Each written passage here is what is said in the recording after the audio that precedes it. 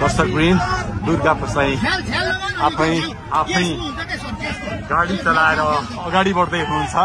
निकै नै अप्रिय अवस्था देख्न सक्छौं हामी। यहाँ प्रहरीले अश्रु ग्यास चलाएको छ।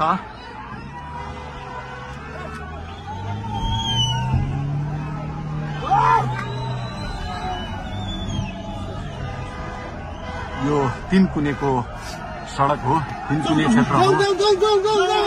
उहाँ आफै आफ्नो गाडी चलाउँदै अगाडि बढिराख्नु भएको छ। हामी दुर्गा प्रसादसँगै अगाडि बढिरहेका छौं। यहाँ निकै ठूलो मात्रामा युवाहरूको उपस्थिति देख्न सकिन्छ।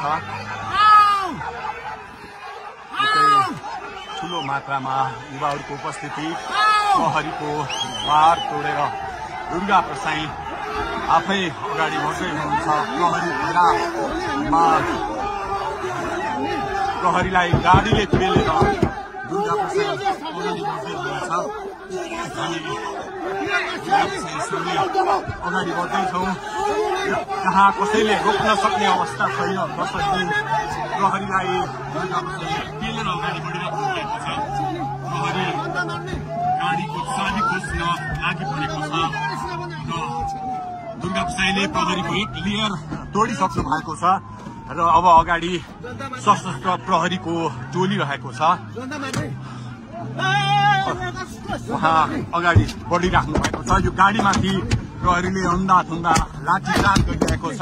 तपाईँ देख्न सक्नुहुन्छ दुर्गा प्रसाईको गाडीलाई प्रहरीले रोकिराखेको अवस्था। उहाँले यो प्रहरीका सम्पूर्ण सुरक्षा घेरा तोडेर दुर्गा प्रसाई अगाडि बढ्नु भएको छ र यति बेला तीनकुनेको यो पुलबाट अगाडि बढिसकेको छ। यो दृश्य अगाडिपट्टि